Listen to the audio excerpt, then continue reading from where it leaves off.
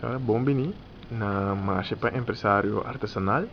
A senhora por conta-nos o número, então Kiko, a senhora na minha aqui na marcha para empresário artesanal.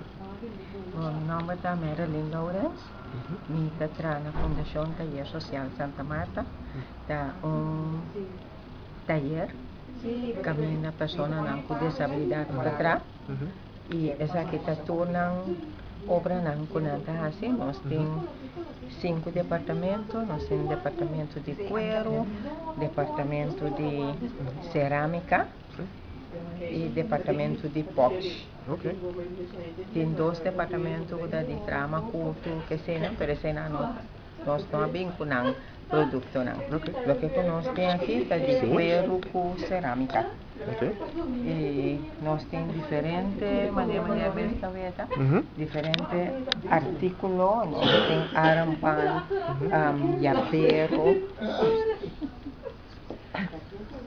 yapero, botin tas para vestir. Ora botar que sali com tas grande, isso tas chiquito.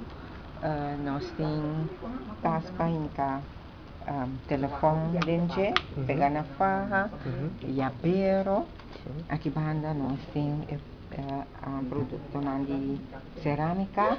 Aqui nós temos confort, onde nós estamos fim de ano, botar a essência, carvão, para pôr já também que vai botar paquete.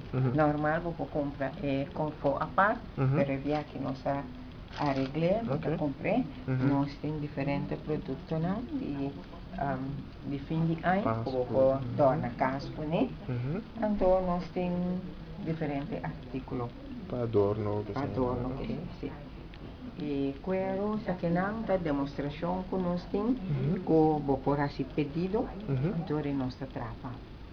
Tem uma cultura aqui também, mas não bem com não para vender assim, pero na temporada de CU, que se não, nós trabalhamos.